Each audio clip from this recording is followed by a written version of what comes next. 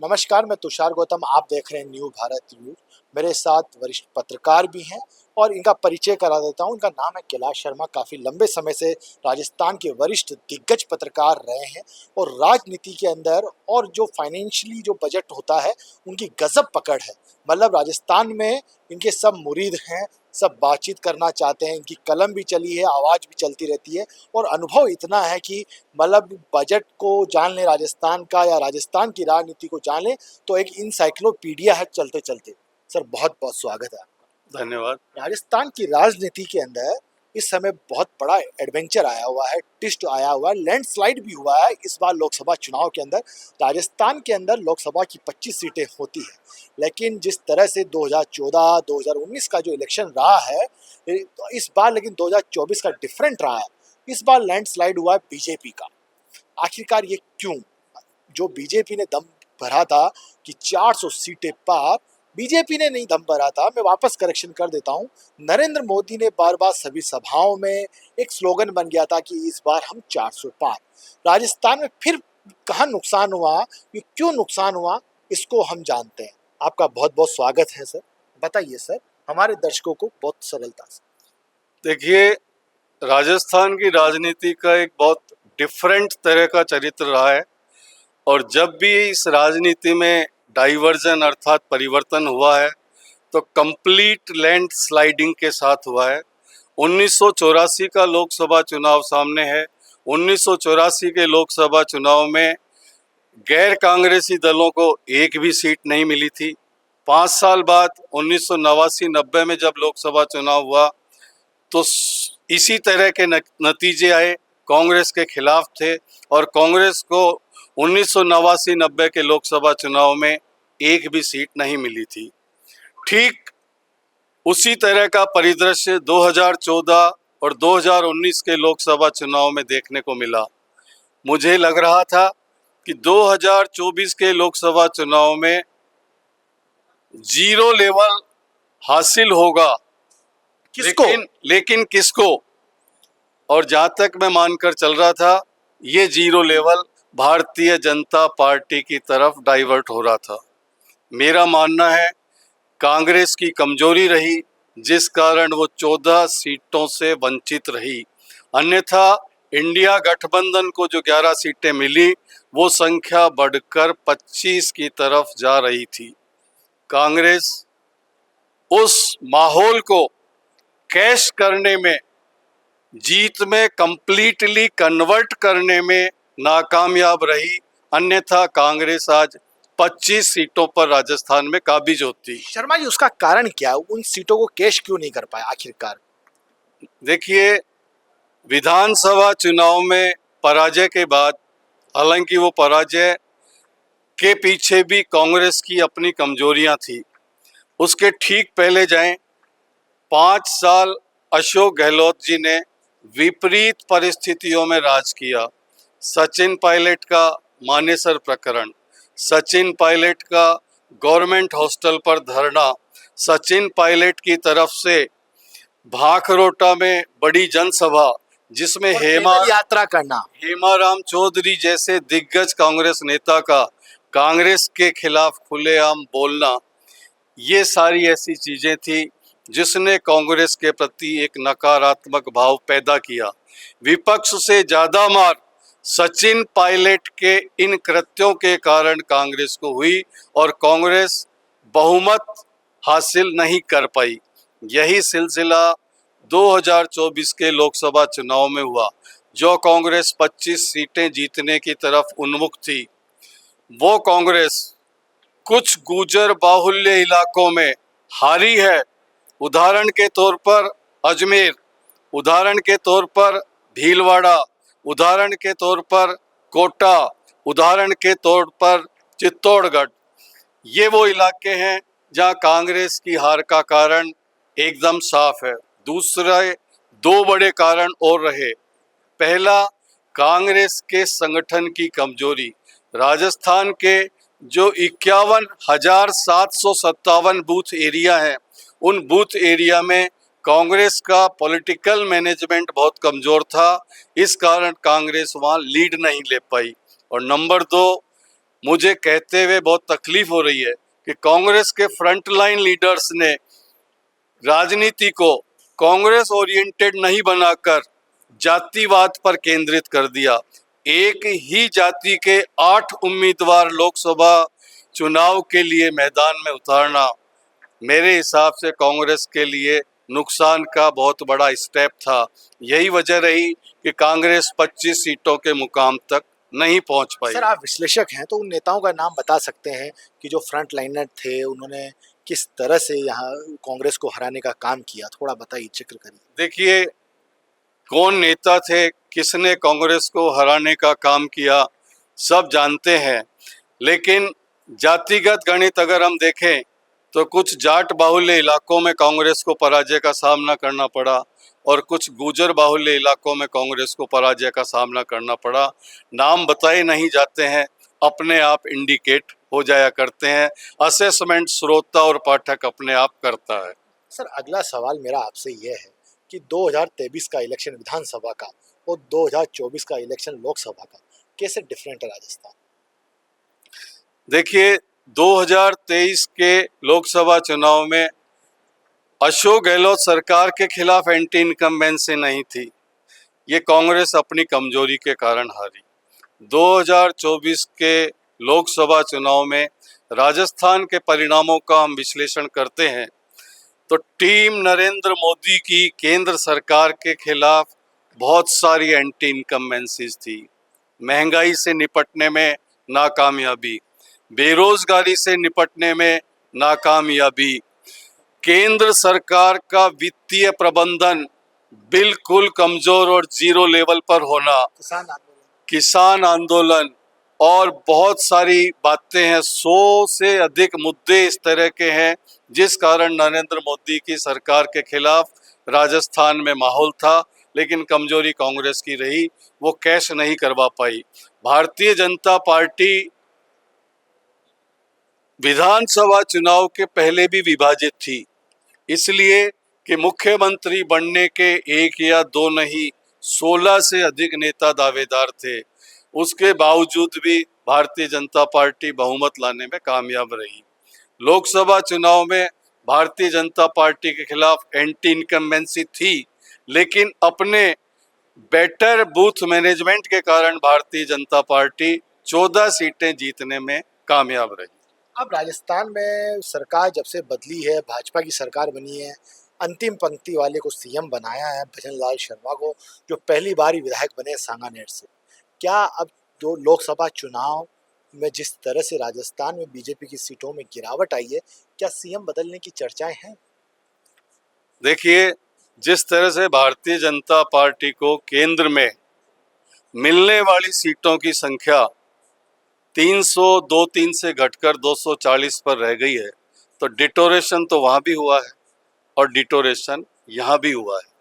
वहाँ दिल्ली में जो डिटोरेशन हुआ है, उस कारण भारतीय जनता पार्टी का आला कमान अब उतना सक्षम या प्रबल नहीं है कि राजस्थान में किसी तरह का बदलाव कर सके। नंबर 2, भजन लाल जी को अब तक जो भी 6 महीने का टेन्योर मिला है, उस 6 महीने के टेन्योर में 5 महीने से ज़्यादा का समय लोकसभा चुनाव की तैयारियों और संबंधित मामलों में ही बीता है। उन्हें परफॉर्मेंस करने के लिए कम से कम 2 साल और मिलेंगे और जिस तरह का परिदृश्य भारतीय जनता पार्टी की अंदरूनी राजनीति में है, मुझे नहीं लगता कि अगले 5 साल भजन लाल को हटाने की कोई कोशिश केंद्रीय स्तर पर होगी। हालांकि राजस्थान में कुछ लोगों की महत्वाकांक्षाएं जागृत हो सकती हैं, वो प्रयास कर सकते हैं, लेकिन केंद्र सरकार इस दौर में वो फैसला नहीं लेगी, बल्कि जिस तरह से भैरव सिंह शेखावत और वसुंधरा राजे ने पूर्णकालिक अपना टर्म पूरा किया, ठीक वही स्थिति भजन लाल जी के साथ रहेगी, मेरा ये आकलन। किरोड़ी लाल मीणा, जो मीणा समाज के दिग्गज नेता है, 2007 में भी इस्तीफा दिया, 2008 में भी इस्तीफा दिया, 2024 में भी इस्तीफा दे दिया। इनका राजनीतिक परिदृश्य क्या है आखिरकार? क्या ये आप जिस तरह से कहते हैं महत्वाकांक्षा रहती है नेताओं में, और भाजपा में भी है बहुत सारे नेताओं में सीएम बनने की महत्वाकांक्षा, क्या इनमें पोर्टफोलियो अच्छा नहीं मिला, इस वजह से ये थोड़ा नर्वस हैं किरोड़ी लाल मीणा, या सीएम बनना चाहते हैं? और लेकिन एक बात वो कहते हैं कि मेरी खुद की पेट कम हुई है मेरे समाज के अंदर। ये इस तरह की कॉन्ट्राडिक्शन बातें वो कभी कर जाते हैं। देखिए, राजनीति उतार चढ़ाव का एक खेल है। किरोड़ी लाल मीणा ने 80 के दशक में अपने राजनीतिक कैरियर की शुरुआत की थी और उनका जो एक्सट्रीम था वो आ चुका। जिस तरह से राजेश खन्ना 1967-68 में कुछ फिल्मों के साथ सुपरहिट हुए थे और 75 तक उनका दौर चला, उसके बाद अमिताभ बच्चन आ गए तो राजेश खन्ना डाउन आ गए। किरोड़ी लाल मीणा को राजनीति करते हुए 4 दशक से अधिक का समय हो गया। वो अब उस मुकाम पर आ गए हैं जहां ये कहा जा सकता है कि वे चूक गए हैं, और वे चूक गए हैं इसका उदाहरण इस लोकसभा चुनाव के आए परिणामों ने जता दिया है। किरोड़ी लाल मीणा की ग्राउंड ग्रैब अर्थात फील्ड पर जो पकड़ होनी चाहिए थी वो क्षीण हो चुकी है, ग्रिप कमजोर हो गई। ग्रिप कमजोर हो गई। और जब ग्रिप कमजोर हो गई है तो कच्चे या कमजोर घोड़े पर तो कोई भी सवारी नहीं करता।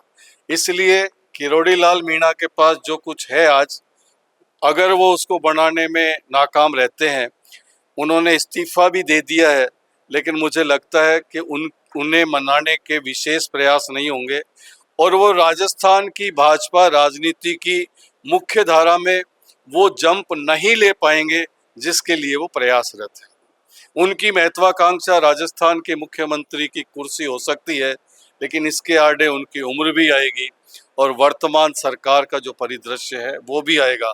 भले ही वो विरोध करें, कुछ भी करें, लेकिन अब उनकी कहीं सुनवाई होती नजर मुझे तो नहीं आती। कम से अब दूसरा सवाल लीक से हटके, गोविंद सिंह डोटासरा का भविष्य है, क्योंकि जाट बहुल्य क्षेत्र में जीत दिलाई है और काफी मतलब पॉपुलर नेता बन गए हैं। राजनीति में भी थोड़ा नए नए खिलाड़ी थे पहले, अब थोड़े मस गए हैं, थोड़ा डांस करना भी सीख गए हो। कैसा उनके बारे में कहना है? देखिए, गोविंद सिंह डोटासरा को बहुत शानदार अवसर मिला था लोकसभा चुनाव में। अगर वो फेयर प्ले करते तो कांग्रेस सभी 25 की 25 सीटें जीत सकती थी। मतलब कहीं ना कहीं मतलब लेकिन- फेयर प्ले नहीं किया ढंग का, मतलब उन्होंने कहीं कांग्रेस के साथ ही विश्वासघात किया या कहीं पार्शलिटी करी उन्होंने? देखिए, उन्होंने एक जाति विशेष को बढ़ावा दिया, ये कहने में मुझे कोई हिचक नहीं है।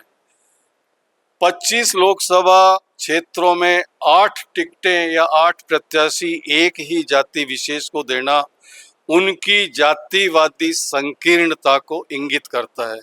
और जो व्यक्ति, जो राजनेता जातिवादी संकीर्णता के दायरे में उलझ जाता है, उसके लिए आगे स्कोप खत्म हो जाते हैं।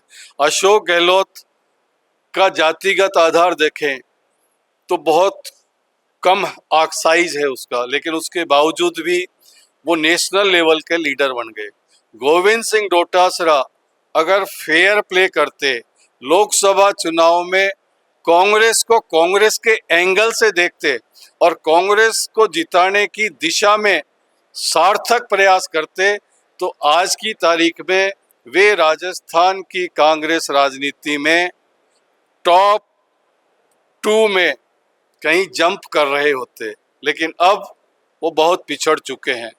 भले ही वे प्रदेश कांग्रेस अध्यक्ष हैं, लेकिन बावजूद उसके राजस्थान कांग्रेस का जो पॉलिटिकल पैरामीटर है, उस पॉलिटिकल पैरामीटर में पहले 5 में वे शामिल नहीं है। मतलब गोविंद सिंह डोटासरा ने जातिगत राजनीति की है, ठीक है, और अन्य जाति के साथ उन्होंने भेदभाव किया है टिकट बंटवारे के अंदर। अब क्या, लेकिन बीजेपी के पास कोई जाट नेता नहीं है इस समय, कोई सब्स्टिट्यूट नहीं है गोविंद सिंह डोटासरा का। सही है ये कहीं? देखिए, जाट राजनीति की मैं बात करूं तो राजस्थान की जाट राजनीति में क्षत्रपों का दौर अब समाप्त हो चुका है। एक जमाना था जब नाथूराम मिर्धा, रामनिवास जी मिर्धा, शीशराम ओढ़ा, श्रीमती कमला, डॉक्टर हरि सिंह, बलराम जाखड़, कुंवर नटवर सिंह जैसे बड़े नाम जाट राजनीति से जुड़े होते थे और इनका कनेक्ट पूरे राजस्थान के हर ब्लॉक और बूथ लेवल पर हुआ करता था। वर्तमान में जाट जाति से जो राजनेता हैं, चाहे भारतीय जनता पार्टी में हो और चाहे कांग्रेस में हो, उनका कनेक्ट अपने जिले के बाहर उतना नहीं है जितना पुराने कद्दावर नेताओं का हुआ करता था। यही वजह है कांग्रेस ने लालचंद कटारिया को कम मौका नहीं दिया, कृषि मंत्री बनाया।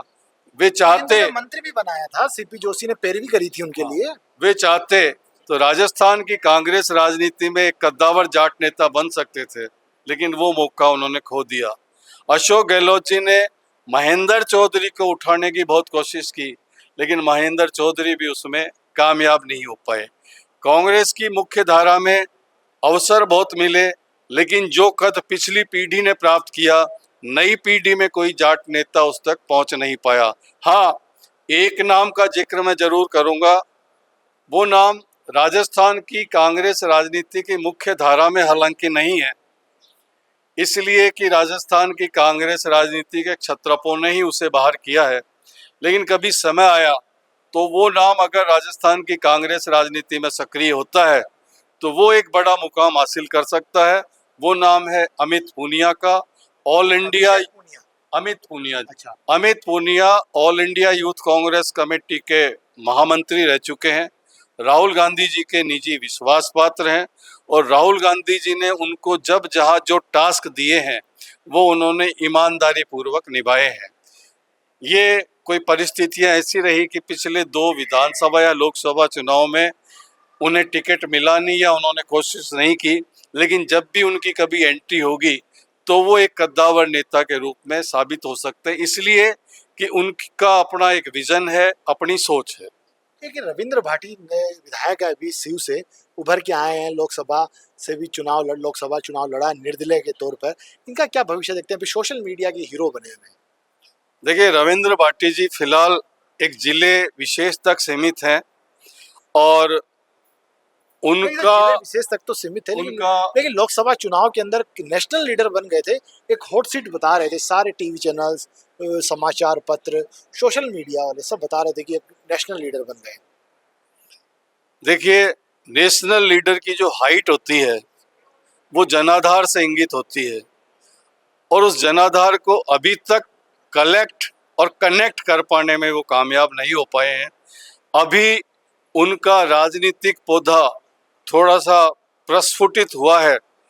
5 या 7 साल बाद बताया जा सकेगा कि उनका राजनीतिक भविष्य आखिर क्या है। कम से कम एक टेन्योर उनका विधायक के रूप में पूरा हो लेने दीजिए, उसी के बाद उनके बारे में कुछ कहा जा सकेगा। बहुत बहुत शुक्रिया सर, राजनीति की बात के लिए जिस तरह से आपने समझाया। काफी लंबा अच्छा अनुभव है आपको, हमारे दर्शकों को बड़ा अच्छा लगा होगा। शुक्रिया बहुत बहुत।